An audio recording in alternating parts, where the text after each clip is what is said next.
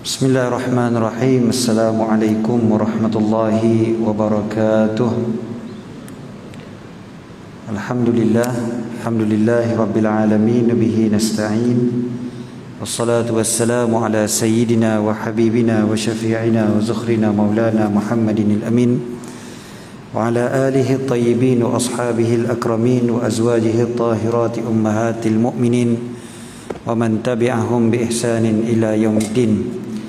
Subhanaka la ilma lana illa ma 'allamtana innaka antal alimul hakim.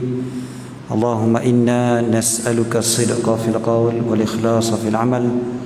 Allahumma amin. Amma ba'd.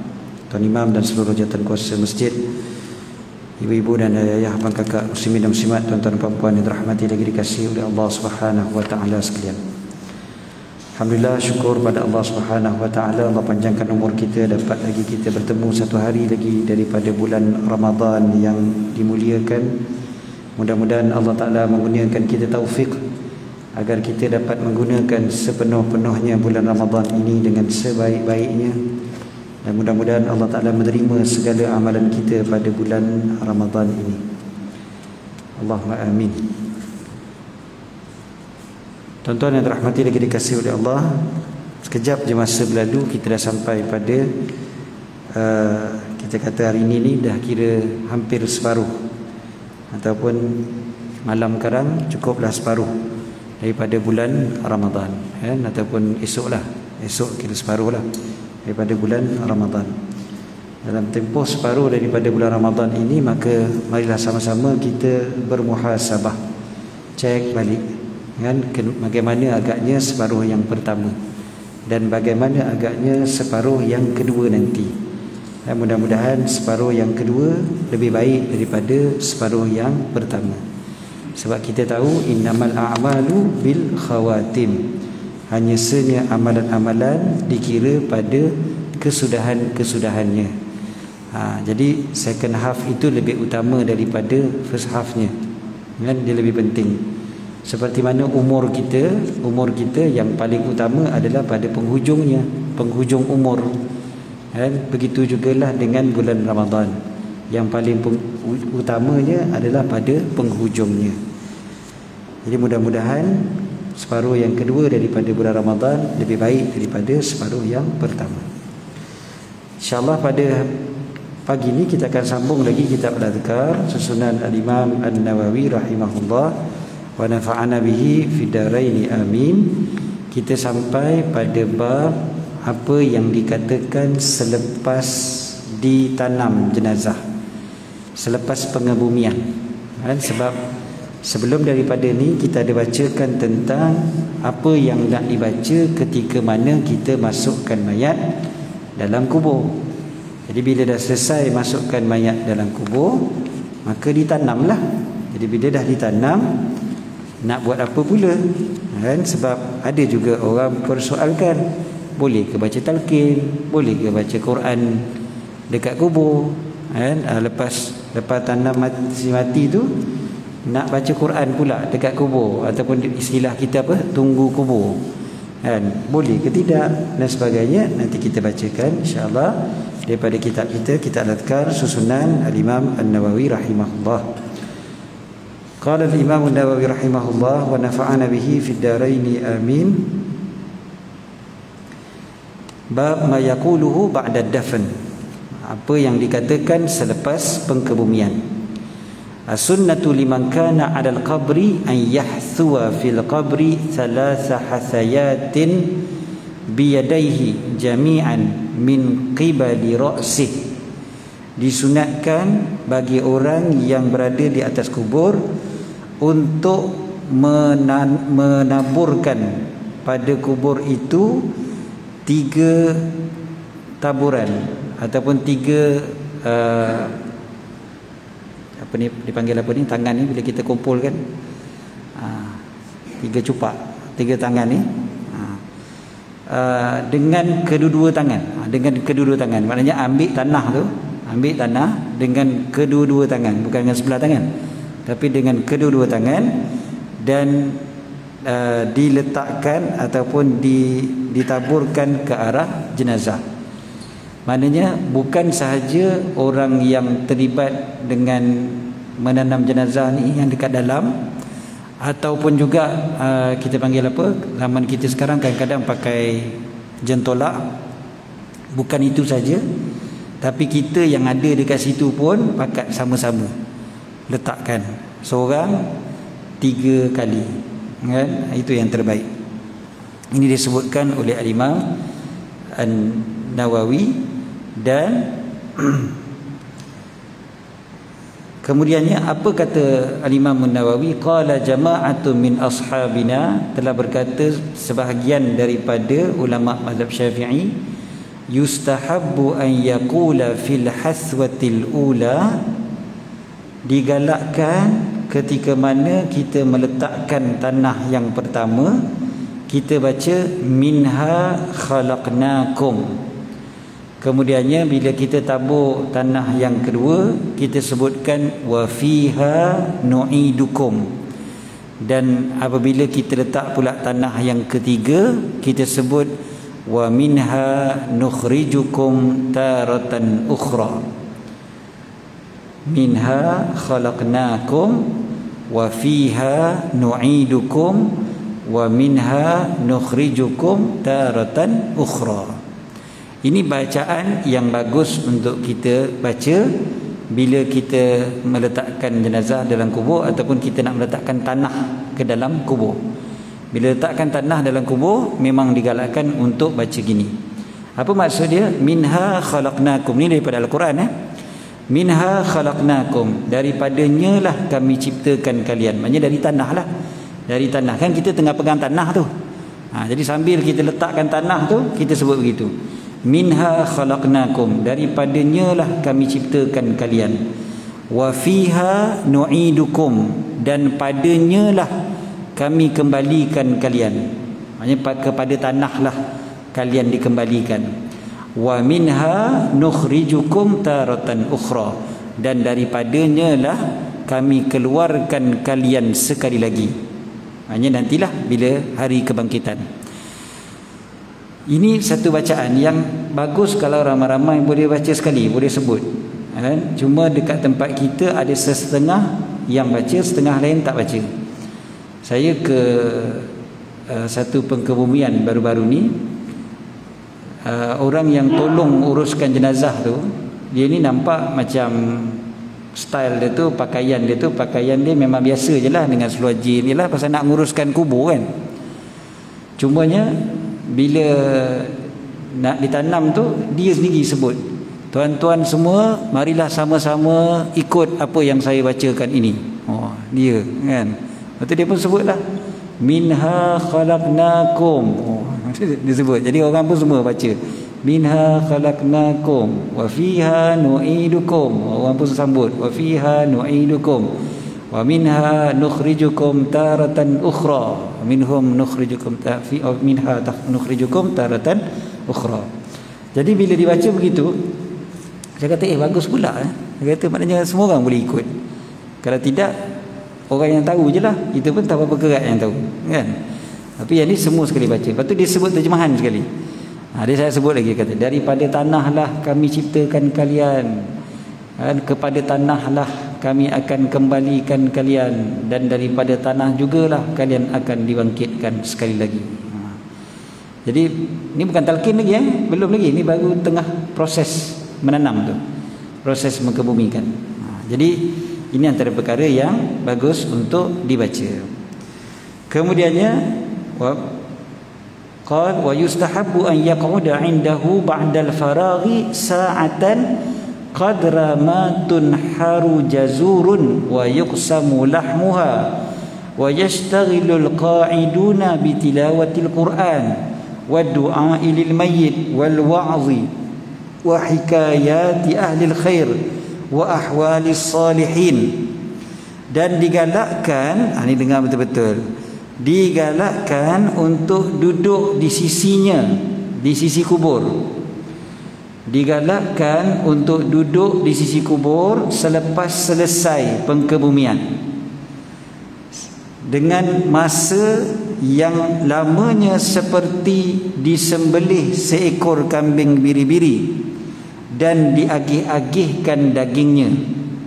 Sembelih, lapah dan agihkan. Maknanya kadar begitulah paling kurang, bukan paling banyak ni. Maknanya at least duduklah sekejap dekat kubur, jangan terus balik. Itu sunnah. Bukan terus je, dah tanam dah selesai lah, jomlah nonong je balik. Tak. Duduk sekejap. Tapi duduk tu buat apa? Duduk tu buat apa? Wa yashtaghilul qa'iduna bi tilawatil Quran. Dan orang yang duduk itu menyibukkan diri mereka dengan buat apa? Dengan membaca Al-Quran. Wa du'a lil mayyit, dan mendoakan untuk si mati. Wal wa'zi, dan memberi peringatan. Wa hikayat ahlil khair, dan kisah-kisah orang-orang yang baik. Wa ahwalis salihin, dan keadaan orang-orang yang salih. Maksudnya duduk dekat tepi kubur tu bukan senyap saja, sama ada baca Quran ataupun berdoa ataupun bagi peringatan satu sama lain, ataupun boleh juga diceritakan kisah-kisah orang soleh, tentu sekali yang ada kaitan dengan kematian dan kubur. Boleh cerita. Contoh, kita ada kisah yang kita pernah tahu kan tentang kubur orang tertentu. Kita pun sebutlah, dia tu dulu ada, aku dulu ada tu imam kat kampung aku, kubur dia masya-Allah wangi je lah. Dia ni orang yang soleh, dulu waktu hidup dia suka tolong orang, apa semua, contohlah. Boleh. Berbual benda macam tu tak ada masalah dekat tepi kubur, walaupun baru selepas dikebumikan. Jangan sembang bab bola, sudahlah. Itu sudah. Sembang politik ke, tak payahlah. Ni tepi kubur, sembang cerita tentang kematian, cerita tentang keadaan orang yang soleh, ataupun kita ceritakan tentang kebaikan si mati pun tak apa. Kebaikan-kebaikan, cerita-cerita tentang orang yang soleh. Ini perkara yang dituntut selepas pengkebumian.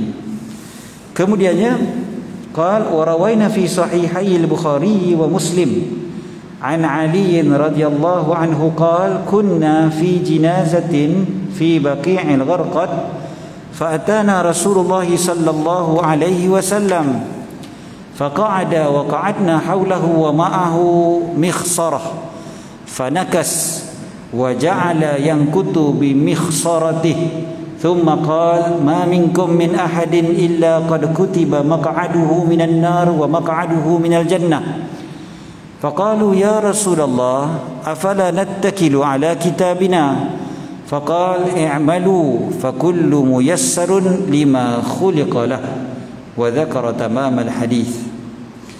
Sayyidina Ali meriwayatkan, satu hari kami sedang menguburkan seorang mayat di Baqi', perkuburan Baqi' dekat Madinah itulah.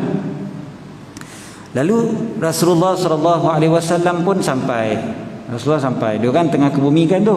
Rasulullah pun sampai. Bila Rasulullah sampai, Rasulullah pun duduk dekat kubur tu. Dan kami pun duduklah sekeliling Nabi SAW. Dan di tangan baginda ada sebatang tongkat yang kecil. Wa ma'ahu mikhsarah. Mikhsarah ni kita kata lebih kurang macam tongkat lah. Fanakasa. Lalu Nabi SAW pun mengangkat tongkat tersebut, lalu dicucuk tongkat tersebut pada tanah tersebut. Kemudiannya baginda bersabda, ma minkum min ahadin, tidaklah daripada kalian seseorang pun melainkan telah ditulis baginya tempat duduknya di neraka ataupun tempat duduknya di syurga. Lalu para sahabat bertanya, kalau macam tu, bukankah kalau begitu kita serah je lah, afala nattakilu ala kitabina, kalau macam tu kita berserah je lah apa yang dah tertulis. Dan sebab kata dah tertulis dah, tempat duduk kat syurga ke, tempat duduk kat neraka ke, dah tertulis dah. Lalu Nabi SAW jawab, i'malu, beramallah, fakullum muyassarun lima khuliqalah, kerana setiap seorang daripada kalian ini akan dimudahkan mengikut ketentuannya masing-masing. Apa yang diciptakan untuknya, maksudnya ketentuan dia. Maksudnya apa kat sini? Contohnya, kalau orang tu memang orang yang dah ditentukan syurga, maka dia akan dimudahkan untuk beramal dengan amal ahli syurga. Kalau orang tu memang dah ditetapkan sebagai ahli neraka, maka dia pun akan beramal dengan amal ahli neraka. Jadi bukanlah maknanya kita boleh berserah macam tu je. Kita kata tak apalah, kalau macam tu kita tidur je lah, relax je lah, kan Allah dah tetapkan syurga ke neraka. Kalau kita fikir macam tu dan kita pun tak beramal, maknanya na'udzubillah memang ahli neraka lah, na'udzubillah, kan? Tapi kalau orang tu betul-betul dia fikir macam ni, dia akan cuba usaha. Dia kata biar aku ni tertulis di kalangan ahli syurga. Pengajaran daripada hadis ni yang ada kaitan dengan apa yang kita bicarakan, apa dia? Nabi SAW lepas kebumikan jenazah, baginda duduk dulu.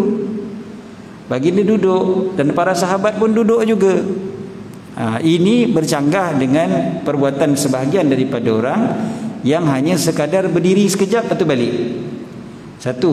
Yang keduanya pula, perbuatan sebahagian orang yang membida'ahkan orang yang duduk sekeliling kubur. Tuan-tuan, hari ini ada kumpulan yang suka nak bida'ahkan orang, bida'ahkan perbuatan orang. Antaranya dia kata bida'ah duduk sekeliling kubur selepas kematian. Duduk baca talqin, dia kata bida'ah. Saya pernah berdebat dengan seorang ustaz ni, dulu-dululah waktu muda-muda suka juga bergaduh, kan. Dah tua ni, dah banyak uban dah, malas dah nak bergaduh dengan dia orang ni, sebab tak ada faedah. Kita bawakan hadis ni, mula dia kata bid'ah talqin. Saya kata ada hadis Nabi SAW selepas kematian Nabi SAW bagi peringatan, kan. Kebetulannya hadis yang saya baca tu, hadisnya selepas daripada ni kita akan baca, iaitu Nabi SAW suruh berdiri. Jadi dia kata bid'ah sebab orang Melayu duduk, patutnya kena berdiri, dia kata. Saya kata kalau ustaz kata beza dia duduk dengan berdiri je, tak apalah. Tapi jangan kata bid'ah tu pada talqin tu sendiri. Cakaplah bid'ah duduk, semua kena berdiri. Dah penat tadi korek kubur, dah penat menurunkan jenazah, dah penat tanam kubur pun kena berdiri juga. Jangan duduk, sebab duduk tu bid'ah. Suka hatilah. Tapi jangan sebut talqin tu sendiri yang bid'ah. Jangan cakap macam tu, sebab Nabi SAW buat. Dia jangan cakap macam tu. Kalau ustaz nak suruh dia berdiri, berdirilah. Tok imam tu dah tua, dah umur 90 tahun pun ustaz nak suruh dia berdiri, suka hatilah, kan. Tapi kalau dia rebah, ustaz lah tanggung, kan.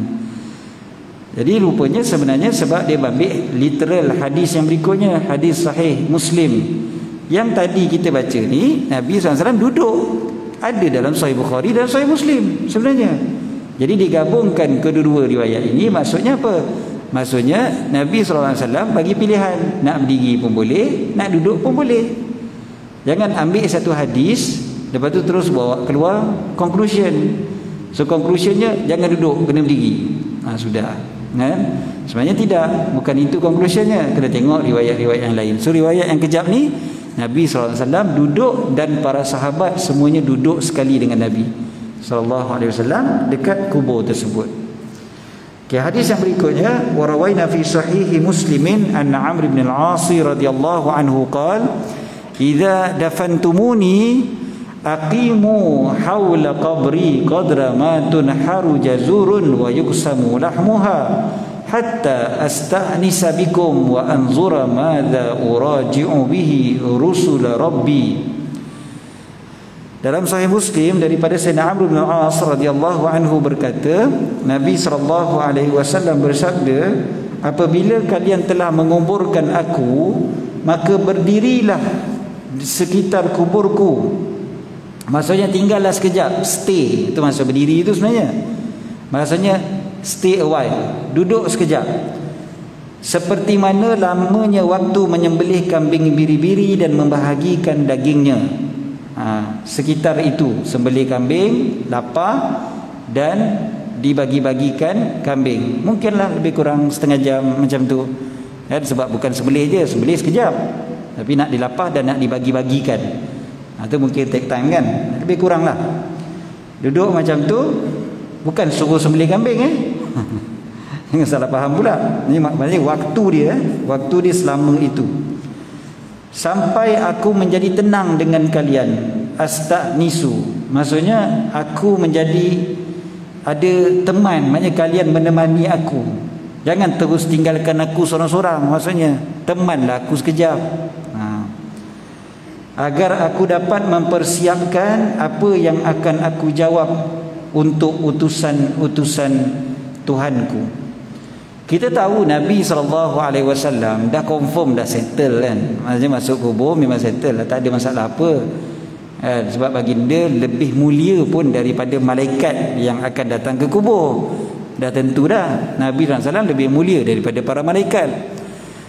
Cumanya hadis ini menunjukkan contoh kepada kita, kan, kepada umat, bahawasanya kita ni bila masuk dalam kubur memang akan ada rasa kesunyian. Sebab sebelumnya kita sentiasa ada keluarga, ada kawan-kawan yang bersama dengan kita. Sekali tiba-tiba kita ditinggalkan seorang diri dalam kubur, maka janganlah terus balik. Keluarga si mati jangan terus balik, duduk sekejap. Duduk sekejap, kira macam menemani dulu si mati sebentar. Okey, bukanlah sampai berhari-hari pun, sekejap pun jadilah, at least sekejap. Kemudiannya warawaina fi sunani Abi Dawud wal Baihaqi bi isnadin hasanin an Uthman radhiyallahu anhu qala kana an-nabiy sallallahu alaihi wasallam idza faragha min dafnil mayyit waqafa alaihi faqala istaghfiru li akhikum wasalu lahu tathbit fa innahu al-ana yus'al. Ini satu lagi talqin yang dibacakan oleh Nabi sallallahu alaihi wasallam. Nabi SAW apabila selesai menguburkan jenazah, baginda berdiri di tepi kubur. Baginda menyebutkan istaghfiru li akhikum, minta ampunlah untuk saudara kalian dan mohonlah ketetapan baginya, kerana sesungguhnya dia sekarang ditanya. Ditanya oleh malaikat dalam kubur. Jadi peringatan untuk orang yang hidup. Sebut begitu. Ini contoh yang dibuat oleh Nabi SAW. Qala Syafi'i wal ashab, dengar betul-betul, Imam Syafi'i sendiri dan para ulama mazhab Syafi'i rata-ratanya mengatakan apa dia? Yustahabbu an yaqra'u indahu syai'an minal Qur'an. Digalakkan untuk mereka membaca, mereka ramai membaca di sisi kubur itu sesuatu daripada Al-Quran. Itu yang kita baca tahlil lepas kebumikan jenazah tu, kan? Sebab kita baca sesuatu daripada Al-Quran. Qalu, mereka berkata, ulama mazhab Syafi'i mengatakan, fa in khatamul Qur'ana kullahu kana hasana. Kalaulah mereka mengkhatamkan Quran keseluruhannya, maka itu juga adalah baik. Bukan bid'ah, baik. Jadi khatam Quran dekat tepi kubur bukan amalan orang Melayu, seperti mana didakwa oleh setengah-setengah ustaz Wahabi. Saya sebut tu terang dia, sebab dia orang ni suka nak menyebabkan orang ramai terkeliru dengan mengatakan ini semua orang Melayu je buat. Jadi bila kita ni tak tahu macam mana orang lain, kita pun terasa dah, apalah orang Melayu ni buat, Nabi tak buat. Senang-senang kita kena tipu macam tu je. Sedangkan Imam An-Nawawi, Imam Syafi'i tak pernah belajar daripada orang Melayu. Tak pernah lagi lah kita jumpa dalam senarai guru-guru Imam Syafi'i orang Melayu. Ni Imam Syafi'i sendiri sebut, Imam Syafi'i sendiri sebut digalakkan untuk duduk dekat tepi kubur baca Quran, dan kalau baca tu keseluruhan Quran maka baik. 30 juzuk sekali baca, bukan setakat baca Baqarah sikit-sikit je. Baca 30 juzuk pun bagus. Jadi ini kita dah jumpa apa dia punya penerangan ataupun apa kata-kata Imam Syafi'i sendiri, dan juga para ashab mazhab Syafi'i. Imam Syafi'i ini ulama salaf, Kalau mereka kata kami bukan Wahabi ustaz, kami Salafi. Okey, kalau kamu Salafi, kamu ikut Imam Syafi'i. Imam Syafi'i ni ulama salaf. Imam Syafi'i sendiri kata digalakkan untuk baca Quran dekat kubur. Okey, yang pentingnya sebenarnya jangan gaduh. Imam Syafi'i pun tak kata wajib. Maknanya kalau tak buat tak berdosa. Tapi yang berdosa apa? Hina orang, kata orang buat tu bid'ah, haram. Itu dosa. Jangan mandai kata benda tu haram. Jangan mengharamkan benda yang baik. Tambah pula lagi, ini adalah perbuatan sahabat Nabi SAW sendiri. Wa rawaina fi sunanil Baihaqi bi isnadin hasan. Kami riwayatkan dalam Sunan Al-Baihaqi dengan sanad yang baik. Bukan dhaif Ini hadis hasan. Hadis hasan ini digunakan untuk hujah. Anna ibn Umar istahabba an yuqra'a 'ala al-qabri ba'da ad-dafni awwal suratil Baqarati wa khatimatuha. Sayyidina Ibnu Umar menggalakkan untuk dibaca pada kubur selepas dikebumikan awal surah Baqarah dan penghujungnya. Apa awal surah Baqarah dengan penghujungnya? Yang kita baca waktu tahlil itulah. Alif Lam Mim kan, sampai 5 ayat kita baca. Lepas tu kita baca Amanar Rasul. Itulah dia. Yang kita baca waktu tahlil tu itulah dia. Jadi daripada siapa tu? Daripada Sayyidina Abdullah bin Umar radhiyallahu anhuma, sahabat Nabi sallallahu alaihi wasallam yang sangatlah terkenal dengan ilmunya. Alim orangnya. Sahabat yang terkenal menjadi rujukan hukum hakam di kalangan para sahabat selepas kewafatan Rasulullah sallallahu alaihi wasallam, anak kepada Sayyidina Umar Ibn Al-Khattab. Terus Sayyidina Abdullah bin Umar, dia takkan cakap saja-saja. Dia takkan mandai-mandai. Dia mesti ada sandaran dia. Dia mesti tahu yang ni boleh, yang ni tak boleh, baru dia sebut. Jadi Sayyidina Ibn Umar sendiri sebut digalakkan untuk baca dekat tepi kubur si mati, untuk dibaca Al-Quran. Jadi tuan-tuan bila nampak yang ini semua, maka tuan-tuan jelaslah. Kalau ada ustaz-ustaz yang tak habis-habis cakap ni orang Melayu je buat, orang Melayu je buat, tuan-tuan tahulah itu hanyalah satu bentuk sama ada dia memperdayakan orang ataupun dia hanya menunjukkan kejahilan dia sendiri. Itu je. Macam yang sebut selawat antara tarawih tu kan, dia kata ni semua orang Melayu je buat, orang lain tak ada buat kan. Lepas tu kan kantoi video orang tunjukkan dekat Turki pun baca, dekat Afrika pun baca, kat negara Arab pun ada baca cuma dekat Saudi tak baca. Semata-mata kerana Saudi tak baca, terus dia kata orang Melayu je baca. Saudi pun bukan semua tak baca, cuma tak baca kat masjid-masjid. Orang yang semayang dekat rumah sama-sama tu ada je baca selawat. Saya pernah duduk di Saudi, saya tahu. Saya biasa semayang dengan orang-orang kat rumah. Dia orang baca je selawat antara semayang, dan dia orang tak pernah belajar daripada orang Melayu, tak pernah pergi Malaysia pun. Tiba-tiba doktor PhD hadis kata ini orang Melayu je buat, orang lain tak ada buat. Ini masalah tuan-tuan. Jadi orang macam ni perlu dijauhkan sejauh-jauhnya. Jangan dengar dari bercakap. Seterusnya qal faslun fi hukmi talqini ba'da dafni. Hukum talqin selepas dikebumikan. Ini talqin pula pun sama juga masalah. Yang peliknya tuan-tuan, dia kata bid'ah talqin, tapi dia buat pula tazkirah. Dia kata tazkirah tak apa, talqin tak boleh, dia kata. Padahal benda sama je lah. Dia sebutlah talqin bid'ah. Lepas tu bila ada kematian dalam keluarga dia, boleh pula tazkirah kat tepi kubur. Wa amma talqinul mayyiti ba'da ad-dafni faqad qala jama'atun katsiruna min ashabina bistihbabihi. Adapun talqin mayat selepas dikebumikan, telah berkata ramai di kalangan ulama mazhab Syafi'i akan galakkannya, digalakkan. Sekali lagi kita sebut, dia bukan benda wajib, tak ada siapa wajibkan, tapi digalakkan. Famimman nassa ala istihbabihi, antara yang menjelaskan atau menegaskan bahawasanya perkara tersebut digalakkan adalah Al-Qadhi Husain fi ta'liqih, ni ulama besar mazhab Syafi'i.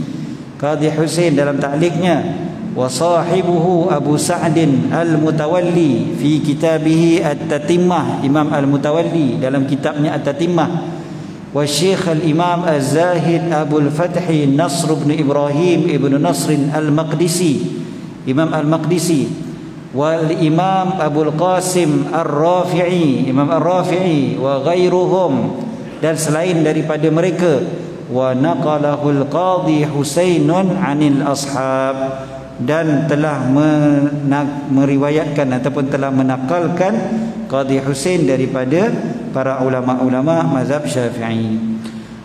Adapun lafaznya, lafaz talqin itu sendiri, nak baca benda, maka berkata Syekh Nasr,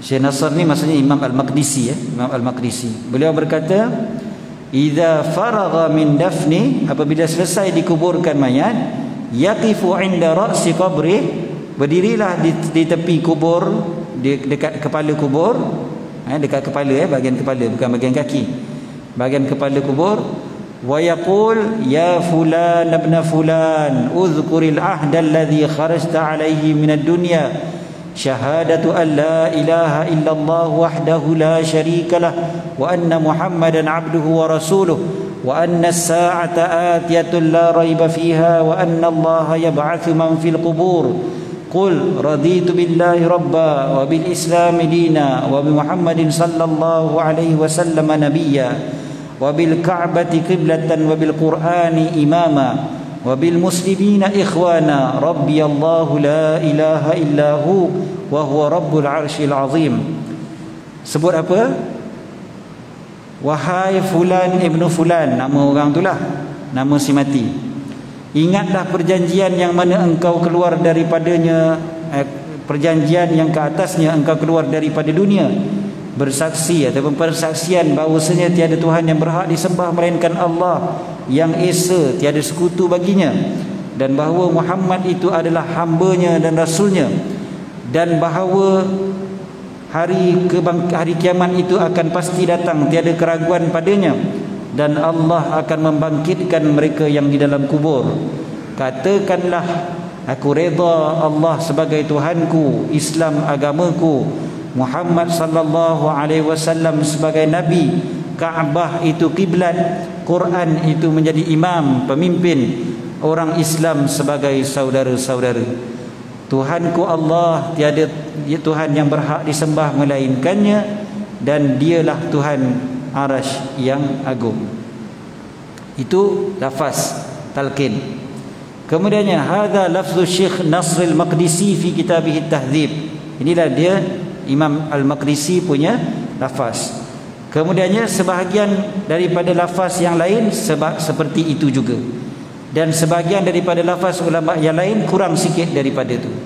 Kemudian sebahagian daripada ulama mazhab Syafi'i juga akan baca ya Abdullah ibn Amatillah, wahai hamba Allah, anak kepada hamba Allah perempuan. Wa minhum man yaqul ya Abdullah ibn Hawa, wahai hamba Allah, anak kepada Hawa. Hawa nenek kita semualah, kan? Nenek kita semua, ibu kita semualah, kan? Isteri Nabi Adam. Wa minhum may yaqul ya fulan bismihi ibna amatillah. Ada sebagian pula sebut wahai nama sekian-sekian, anak kepada hamba Allah. Maksudnya tak sebut pun nama bapa dia, tapi sebut terus anak kepada hamba Allah yang perempuan, ibna amatillah. Au ya fulan ibn Hawa, wahai nama sekian-sekian, anak kepada Hawa. Hawa ni Siti Hawa lah, kan? Okay. Wa kulluhu bimaknan, dan semuanya sama je makna dia. Maknanya tak kisahlah nak baca macam mana pun tak apa, nak tambah sikit, nak kurang sikit, nak tukar dia punya bentuk panggilan tu pun tak apa. Sebab ada yang tanya, dia kata, ustaz, memang kena sebut nama orang tu dengan nama binkan mak dia ke? Kan biasa kita kat sini kadang-kadang bila talqin kan, nama Muhammad bin Zainab, contohnya kan, namanya sebut nama mak. Jadi kena macam tu ke? Imam Nawawi sebut boleh nak sebut gitu, tapi terpulang, semua sama je makna dia. Jadi kalau kita nak sebut nama dia bin nama bapa dia pun tak apa sebenarnya, boleh aja. Bukanlah mesti macam tu. Okey.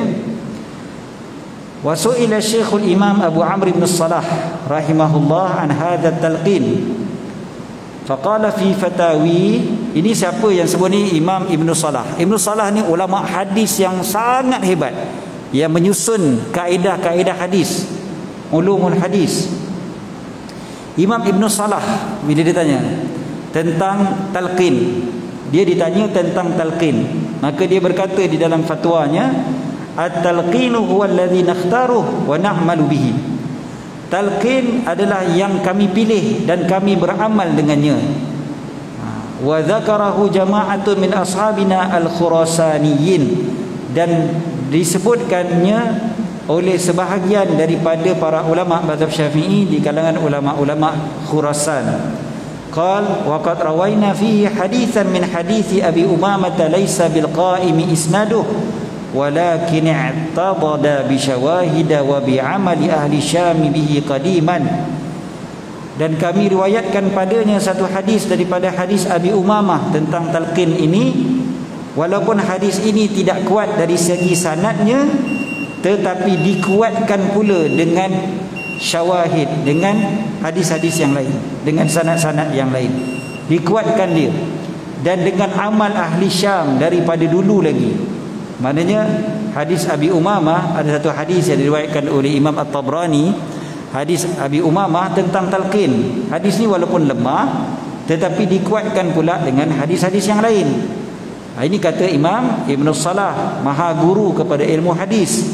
Tiba-tiba datang orang yang kata dia je lah yang mengamalkan sunnah, dia je yang tahu hadis, dia baca satu hadis, nampaknya hadis ni lemah, terus dia kata bid'ah. Tak, bukan begitu caranya. Sama lah macam bab doa makan, baru ni bincang kan, baca bismillah je, itu baru sunnah kan. Baca doa makan ni tak, kalau nak betul-betul ikut sunnah, baca bismillah saja. Jadi polemik juga, pelik betul lah kan. Dia kata kenapa kita tinggalkan sunnah yang sahih, padahal orang yang baca doa makan tu pun baca bismillah juga. Bukan tak baca bismillah kan, bukan tinggalkan yang sahih, Bismillahirrahmanirrahim kita baca juga. Habis kenapa kita baca doa makan? Di sana ada hadis, walaupun hadis tu lemah. Hadis yang lemah tetap lebih baik daripada termenung aja ataupun daripada ngap je terus. Sebab doa ni tak perlukan hadis pun baca doa juga. Doa tak mesti daripada hadis kan. Apatah lagi kalau ada hadis walaupun hadis tu lemah. Bahkan ada riwayat yang kuat daripada sahabat Nabi SAW pun amalkan doa tersebut. Dah selesai lah kan. Tapi dia terus fikir yang ni sunnah, yang ni sahih, kenapa tinggalkan yang sahih? Tak. Cara para ulama, yang sahih pun amal, yang dhaif pun amal kan? Bukan kita bila buat yang dhaif maknanya kita tinggalkan yang sahih. Tak. Yang sahih sebut bismillah, kita baca bismillah. Tapi yang dhaif pun kita amal, bukan kita tinggalkan terus. Jangan kita oh ni hadis sahih, ni hadis dhaif, ambil lah yang hadis sahih. Tak. Ambil dua-dua, itu lebih baik kan? Okey, ini cara Imam Ibn Salah, maha guru kepada ilmu hadis. Jadi dia sendiri kata walaupun hadis ni lemah, tetapi dia dikuatkan dengan saksi-saksi yang lain, maksudnya dengan hadis-hadis yang lain dan dengan amal ahli Syam, perbuatan orang-orang di sebelah Damsyik dan sebagainya. Qal wa amma talqinu at-tifli ar-radhi' fama lahu mustanadun yu'tamad wala narahu. Adapun talqin budak kecil yang masih lagi menyusu, yang itu tak ada sandaran. Itu tak ada sandaran, maka kami tak melihatnya. Maksudnya bagi kami tak perlulah nak talqin budak kecil. Wallahu a'lam. Kemudian Imam Nawawi sambung, qultu as-sawabu, yang benar adalah annahu la yulaqqanus saghir mutlaqan, tidak ditalqinkan budak kecil langsung, sama ada budak itu masih menyusu ataupun dah lebih besar sedikit daripada budak yang menyusu. Asalnya budak kecil, maka tidaklah ditalqinkan selagi mana dia belum baligh dan menjadi mukallaf. Okey, jadi maknanya budak je yang tidak ditalqinkan.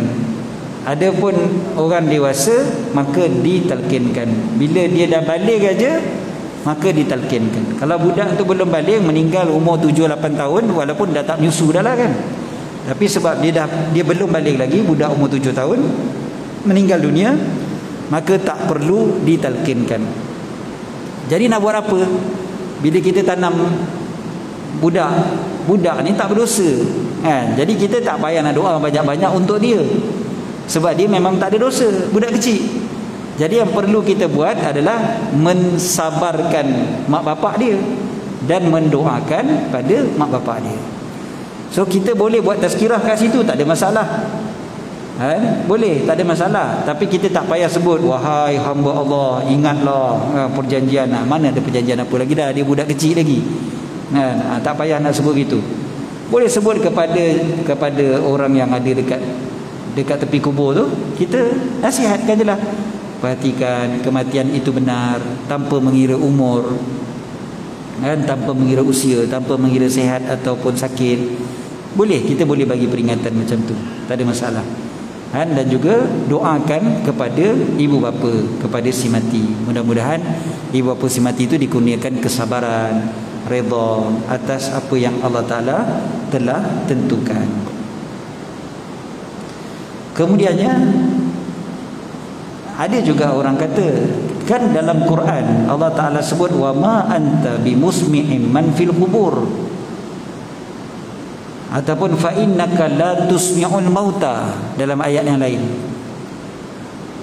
Engkau tidak akan mendengarkan kepada si mati. Jadi buat apa nak talqin, dia kata. Ayat Quran sendiri sebut kau bukan boleh mendengarkan kepada si mati. Jadi ulama mazhab Syafi'i jawab ayat ini dengan hadis Nabi SAW.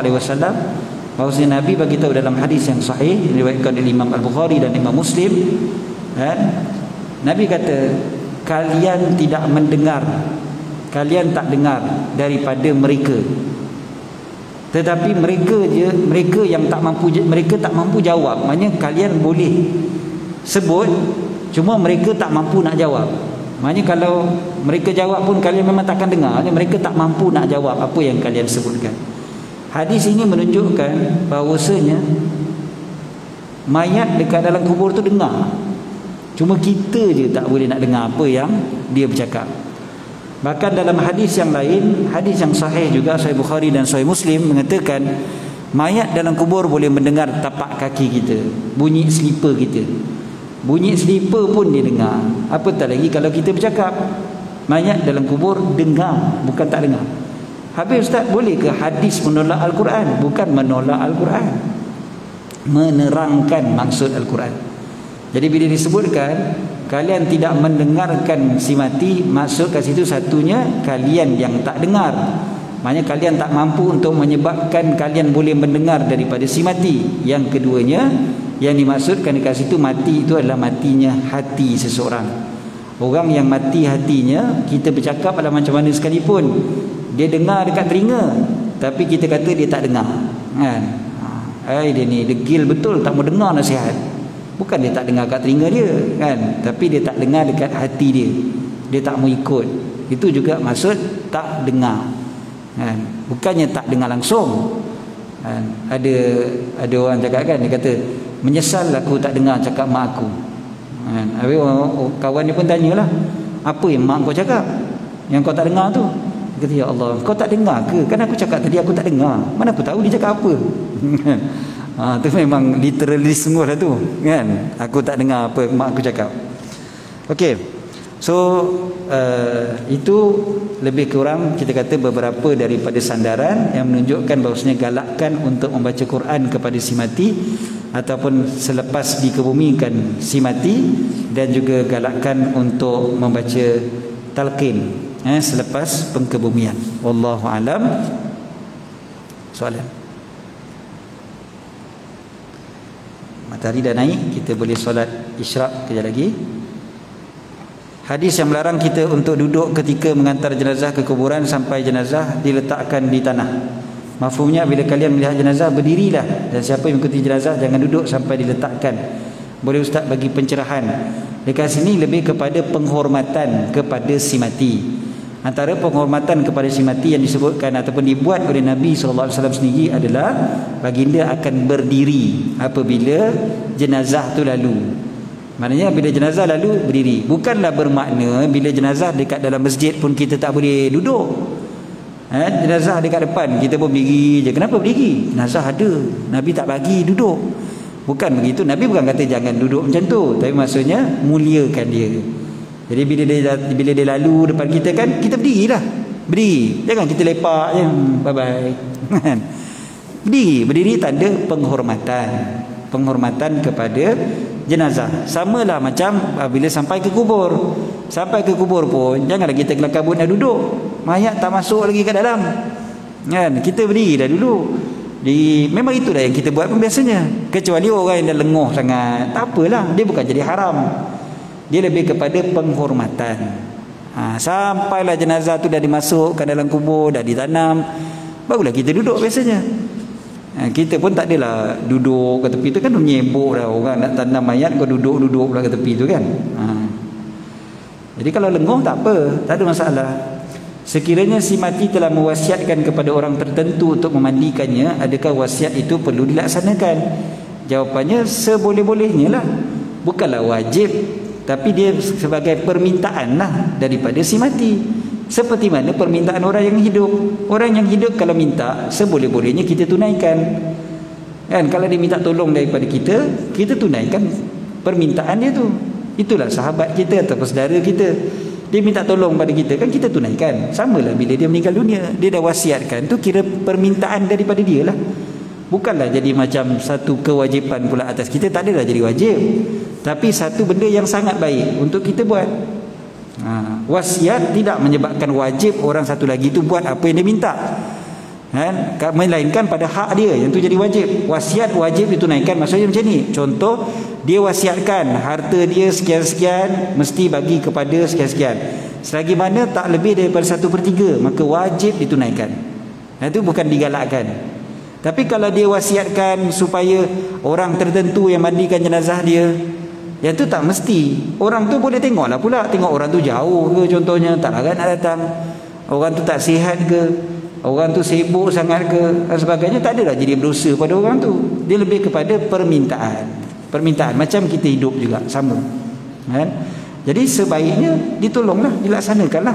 Seperti mana permintaan orang hidup, sebaik-baiknya dilaksanakan, menunaikan hajat orang. Tapi itu pun kalau sesuai. Kalau diwasiatkan orang yang lain jantina contohnya, tak boleh lah.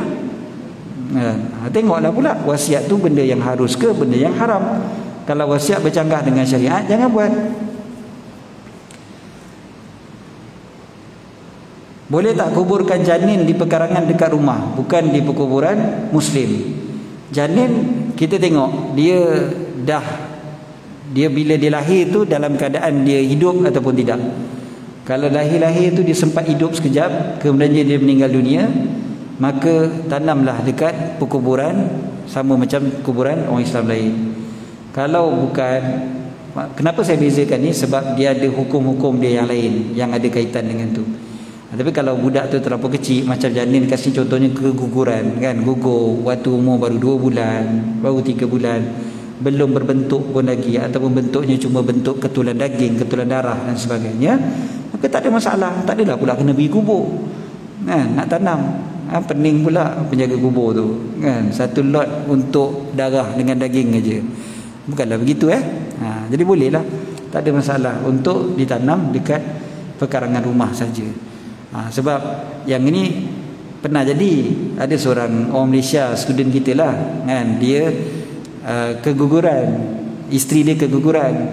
Jadi dia pun ambil keturunan daging tu, dia pergi tanam belakang rumah. Tengah-tengah dia korek, orang Arab lalu. Orang Arab tanya, kau tanam apa tu? Dia pun jawab, aku tanam baby. Dia tak tahu bahasa Arab. Dia kata janin tu tak masuk dalam kepala dia, tengah sedih ke apa kan. Dia cakap baby.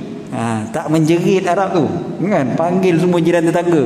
Oi, korang tengok apa benda orang Melayu ni buat, nak tanam baby, kan. Dia ingat zaman jahiliah kan, tanam bayi hidup-hidup, kan. Jadi bila tengok-tengok lah, rupanya gugur, kan, ketulan darah aja pun yang ditanam tu. Jadi kena jaga-jaga jugalah perkataan yang kita gunakanlah. Itu je. Wallahu a'lam. InsyaAllah mudah-mudahan kita dapat manfaatkan Ramadan kita dengan sebaik-baiknya. Baki daripada bulan Ramadan, dan mudah-mudahan minggu depan kan kita akan masuk pula ke fasa yang ketiga daripada bulan Ramadan tu, 21 Ramadan. Malam 21 Ramadan tu bermulalah 10 malam yang terakhir daripada bulan Ramadan. Maka manfaatkanlah sebaik-baiknya. Bermula 10 malam terakhir adalah pada malam yang ke-21, bukan malam yang ke-20, malam ke-21. Jadi malam ke-21 Ramadan itu dikira 10 malam yang terakhir. Maka manfaatkanlah sebaik-baiknya. Ada soalan tulis? Tak WhatsApp tak bawa handphone. Okey. Yang ni pernah kita sebut dah gitu sebenarnya. Ada tak larangan isteri untuk ziarah suaminya yang meninggal? Ziarah suami meninggal ke ziarah kubur ni? Dia ada banyak mana ni?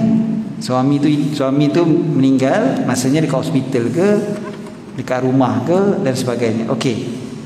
Kita tahu isteri apabila kematian suami sahaja, maka terus dia berada dalam keadaan iddah. Okey. Walladzina yatawaffawna minkum wa yadharuna azwajan yatarabbasna bi anfusihinna arba'ata ashhurin wa 'ashra. Itu dalil dia.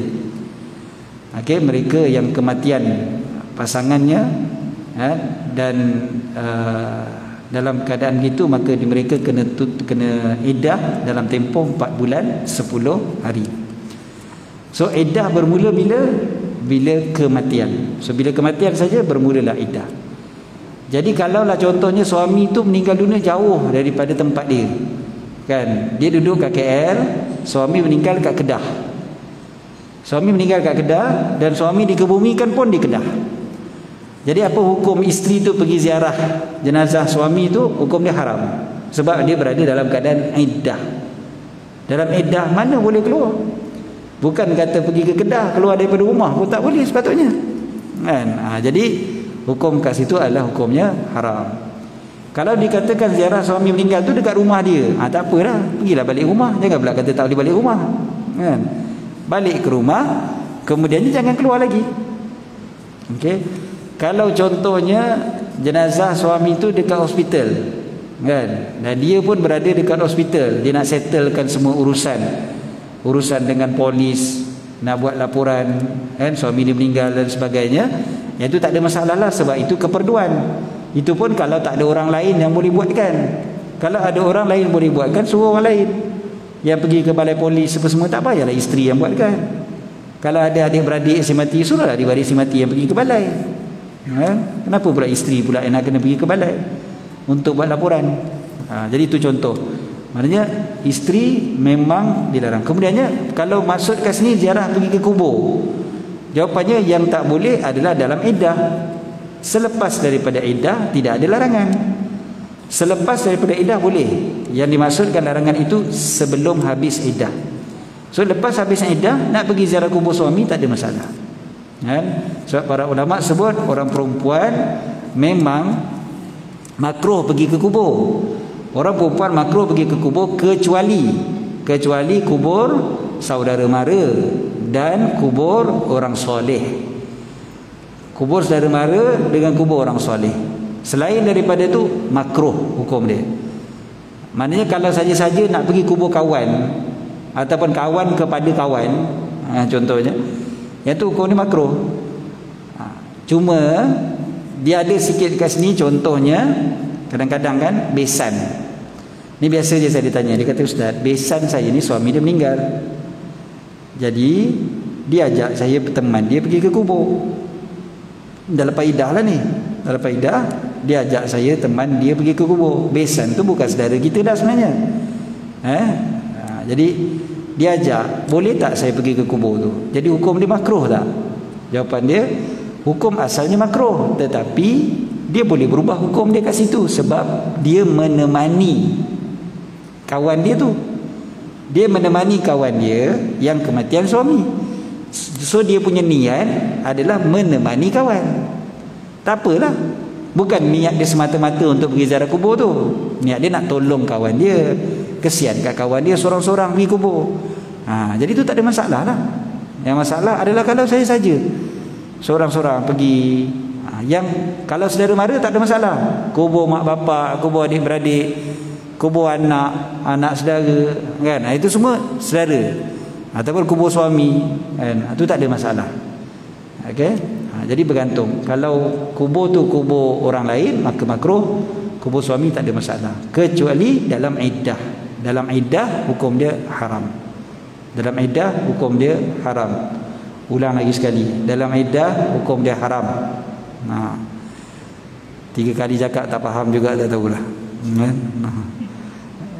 Jadi jangan bila dalam iddah pun sibuk nak pergi ke kubur. Tunggu habiskan iddah dulu. Habiskan iddah dulu baru pergi kubur.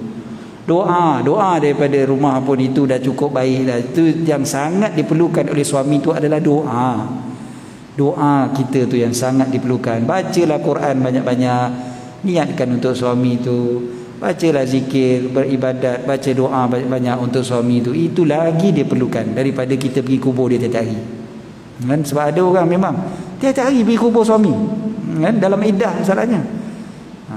Jadi jaga-jaga. Kecuali suami memang meninggal ditanam dekat dalam rumah lah. Itu tak apalah, kan? Macam siapa? Sayyidatina Aisyah, kan? Nabi SAW ditanam dekat rumah dia. Tak apalah. Lain daripada tu, maknanya jangan keluar dari rumah dalam tempoh iddah. Wallahu a'lam. Ada soalan lain tak? Muslimah yang kena tabur bunga atas kubur. Nombor tu bagi nombor masjid, kan? Nombor Haji Fadil, nombor masjid. Okey, tanam apa bunga? Tanam bunga pula, tabur bunga, bukan tanam. Tabur bunga di atas kubur asalnya dipanggil sebagai, istilahnya tafaul. Tafaul ni maksudnya mengambil sempena. Dalam Islam dibenarkan apa yang dipanggil sebagai tafaul. Tafaul ni bersempena dengan ni, mudah-mudahan jadi begini. Hanya biar ada kaitan, tetapi yang memberi kesan adalah Allah Ta'ala. So bila diletakkan bunga di atas kubur itu dengan tujuan mudah-mudahan seperti mana wanginya bunga ini, maka wangi jugalah dalam kubur itu. Seperti manalah orang letakkan air mawar di atas kubur tu, kan? Seperti mana basahnya kubur ini dengan air mawar, mudah-mudahan wangilah di dalam kubur tu. Maka kalau itu dia punya niat dia, tak ada masalah, kan? Dengan i'tikad dia yang betul, bahawasanya yang memberi kesan hanyalah Allah Ta'ala. Ini juga berdasarkan perbuatan Nabi SAW. Nabi meletakkan pelepah tamar, Nabi letakkan di atas kubur, dan Nabi SAW bagi tahu selagi mana pelepah tamar ini masih lagi basah, maka selagi itulah dia meminta ampun untuk penghuni kubur itu. Ada ulama yang mengatakan ini khusus untuk Nabi SAW sahaja, tetapi kaedah dalam mazhab Syafi'i menyatakan bahawasanya ia adalah umum kepada semua. Dia bukan khusus pada Nabi SAW semata-mata.